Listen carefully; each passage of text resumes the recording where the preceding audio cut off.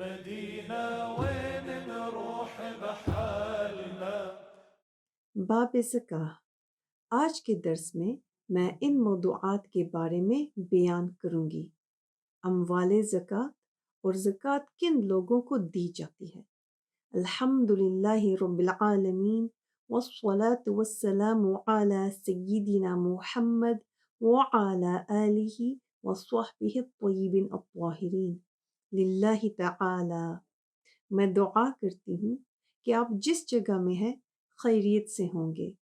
میں اللہ تعالی کے نام سے یہ درس شروع کرتی ہوں اور اس کی حمد و ثنا کے بعد اس کا شکر ادا کرتی ہوں کہ اس نے ہمیں دین اسلام کی نعمت سے نوازا۔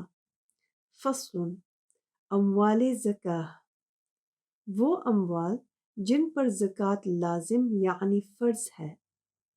نمبر 1، اونٹ، گائے، بھینس اور غنم یعنی بیر اور بکریاں۔ زکوٰۃ کی ہر قسم کے جانور کے لیے ایک مقرر نصاب ہے، یعنی کم از کم مقدار۔ مثال کے طور پر اونٹوں کے لیے پہلا نصاب 5 اونٹ ہے، لہٰذا 5 سے کم اونٹوں پر زکوٰۃ نہیں دی جائے گی۔